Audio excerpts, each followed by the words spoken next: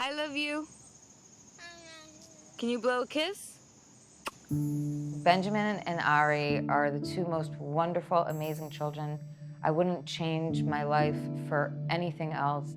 And even though this is not the trip I signed up for, our kids are fantastic. Hi, my name is Ari. Ben.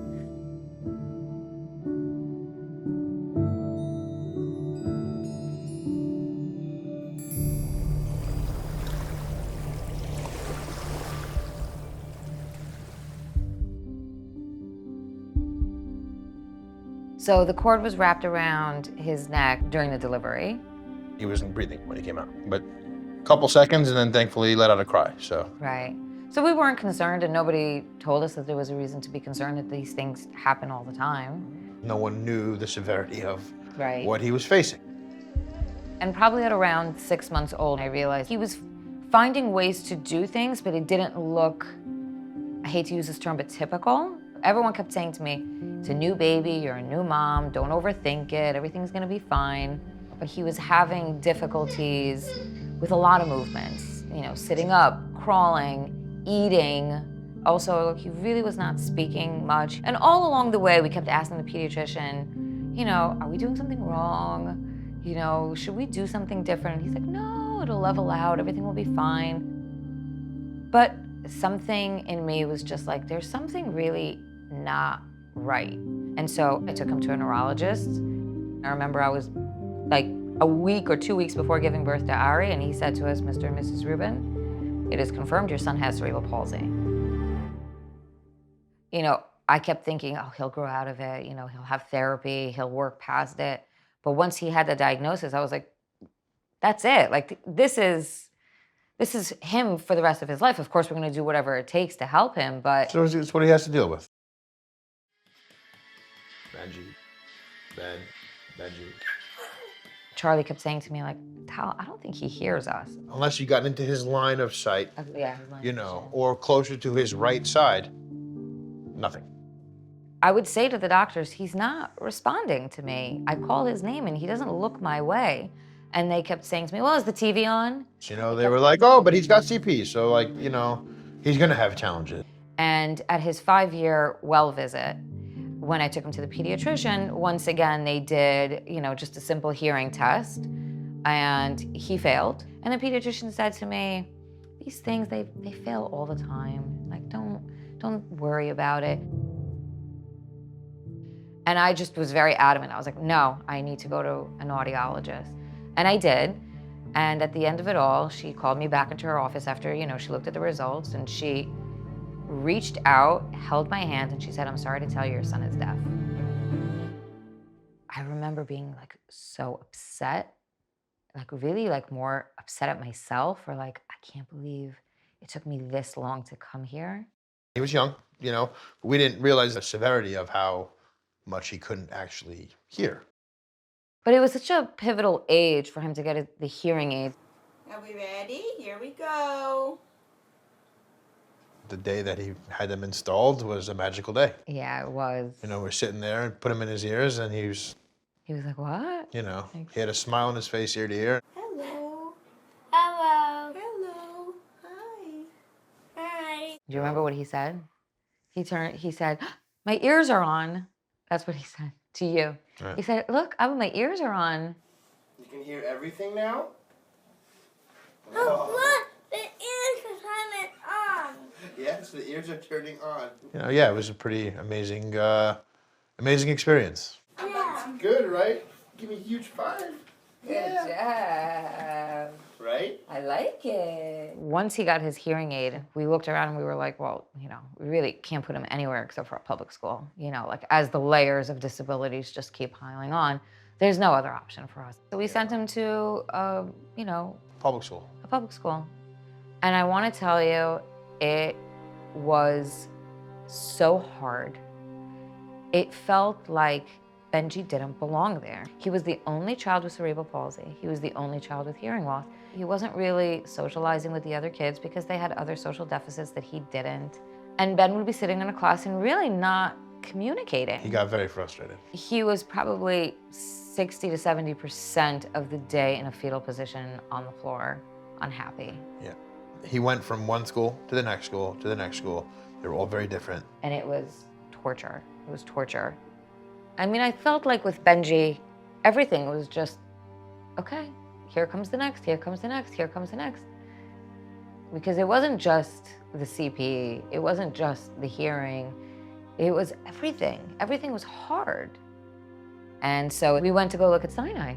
I got in touch with, Judy Karp, and she just listened. She let me speak as much as I wanted to. She asked a lot of questions. And then she kept asking me, and what are your goals? And I remember at that time, I said to her, his social and emotional well-being was so damaged in this last year that he's been in school. I have to find a way to repair that before focusing on anything else. And when they accepted him, I couldn't believe it. I never thought a Jewish education would be a possibility for him. For so many years, I just kept thinking to myself, there's no way, a private school, a Jewish private school, is gonna take him with cerebral palsy and the hearing loss and everything that he needs and all the support that he needs. And now here's this opportunity to allow him to understand his Jewish identity outside of the home. And that just felt like a dream. It just felt like, here's finally a place where he can belong. I didn't think I would ever find the unicorn, the unicorn of schools, to give him everything that he needed in that moment. And we did. So when I met Ben, with all of his challenges, I saw the child who's trying to communicate, who wants to be part of a community, who wants to have friends and be understood. It's especially difficult for Ben to communicate, really for two reasons. Receptively, he's deaf and it's hard for him to hear what others are communicating to him, but expressively also because of his CP. The muscles around his mouth didn't allow him to articulate in a way that others could understand. It's trying to learn how. This is a kid who was so upset with us on a regular basis because we were misinterpreting what he wanted, or he was misinterpreting what we said, and it led to all these moments of him being frustrated or disappointed and upset. When Ben first came to us, when he was frustrated, he would lash out. He would take books and throw them to the floor. He would even rip out his hearing aid and throw it. So we worked right from the start to help him learn some strategies to keep his body calm and to keep his language clear and understandable. We offered him many types of therapy. We targeted that frustration tolerance. But most of all, we needed to build a relationship with Ben. We needed him to really feel the love and the trust that we had in him, and hopefully that he would in turn have with us. And that first year at school, the language increased, the communication increased, the dealing with frustration increased. Towards the end of the first year, I felt like he was emotionally and socially finally in a place that he feels like he belongs.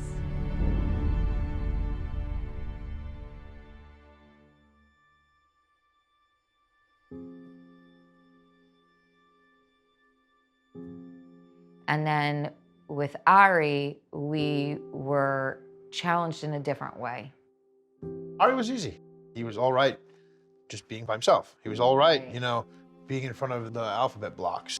He was very good at self-entertaining. Right. And because Ben consumes all the energy in the room and requires 24 hours assistance and conversation and attention, the fact that Ari was self-entertaining was really a huge relief for us. All the typical stuff that Benji wasn't able to accomplish was very easy for Ari. But he didn't really talk so much. He didn't really make a lot of eye contact. And I said, you know what? Let me just, reassure myself. Let me just go to a developmental pediatrician. And we did the assessment, and of course, she asked all the questions, and as she's asking the questions, it's slowly hitting me. Like all the questions that she's asking about, like, does he line up toys? Is he really good at, numbers? Does he tend to space out during story time? And as she's asking me the questions, and I'm like, yes, he does this, yes, he does that, no, he doesn't do this. And it's like hitting me that I've sort of been, I don't want to say pretending, but hoping that the things that I was seeing were things that he would, I guess, eventually grow out of. And in that moment, I realized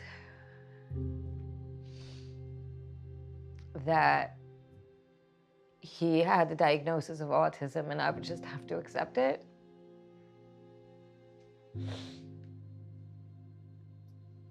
So it took me like a good, 24 hours. And then it was just like, okay. Again, it doesn't really change anything. It doesn't change how much I love him. But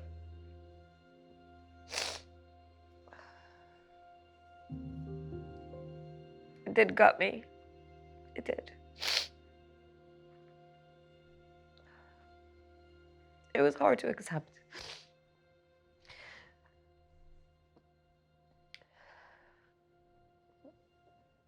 That's it. It was on to the next. It was like, okay, we're accepting it. And now that we have this, I sort of know what I have to do next.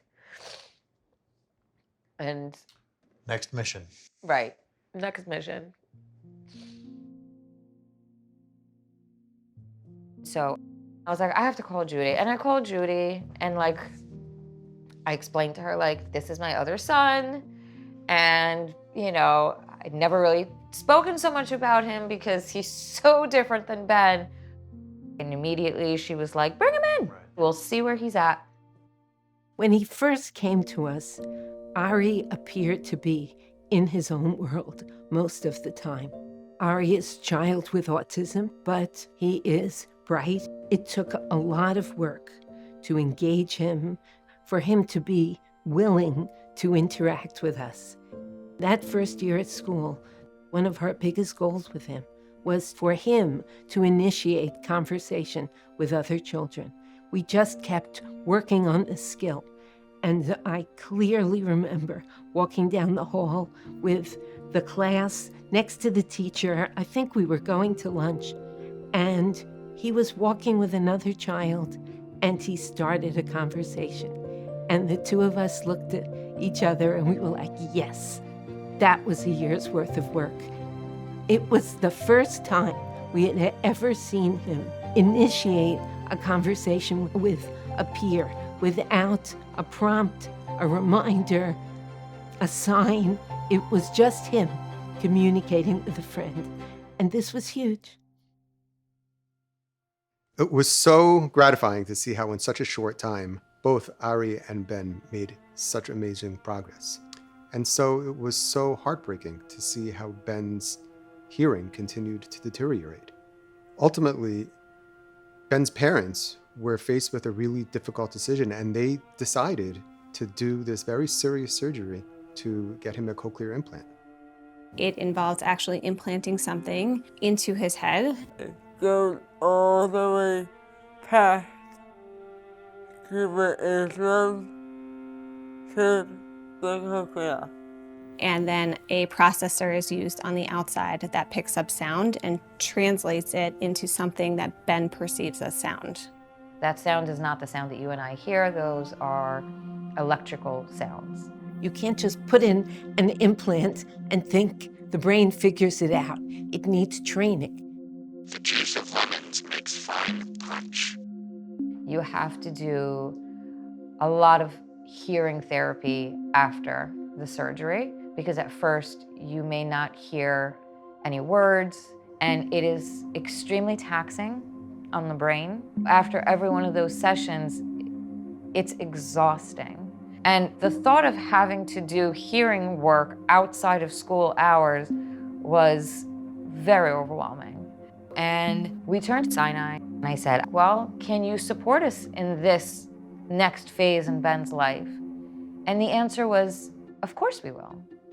The answer was, of course. Whatever it takes to support him, whatever it takes for him to be successful, we will do whatever it takes. We knew that there was so much that Ben needed to do outside of school, and so we assessed what his needs were and devoted tremendous resources in order to give Ben what he needed during the school day.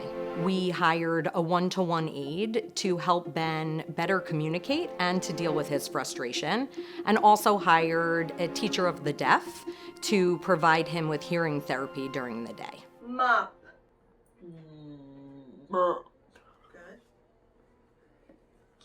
The tree is behind the house.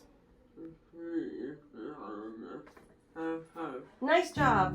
It was a lot to do. It was a lot of work, and there were a lot of pieces that we had to help put in place.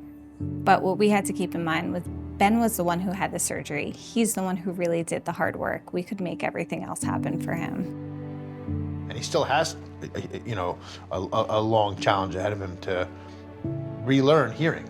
But it's, small steps every day. In the years since they've come to us, both Ben and Ari have flourished. They've really come so far. Today, Ari has friends. He talks all the time. He is interacting more with peers. He's seeking out those interactions more, and he's becoming more of a team player in so many ways. Ben is a real light. He's a real kind and caring individual. Ben's made a lot of friends here at school. There are so many Kushner kids who high-five him when he walks down the hall, and he's just become a part of the social scene in the Kushner Middle School. At Sinai, we consider the needs of each of our students, and then it's our mission to put in place exactly what each child individually needs. Whatever it takes is what we do to make sure children like Ben and Ari can maximize their potential. Finally, we found a place where my thoughts and my feelings felt heard. We found a team of people that were going to say to me, every day we're going to try to do things to make their life better. And that was really what we were looking for, and that's what we found.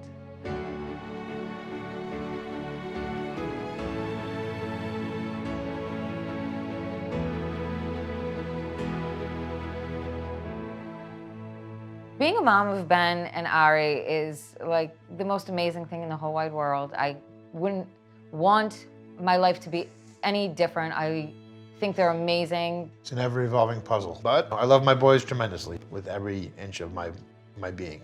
So, no question. No question, so.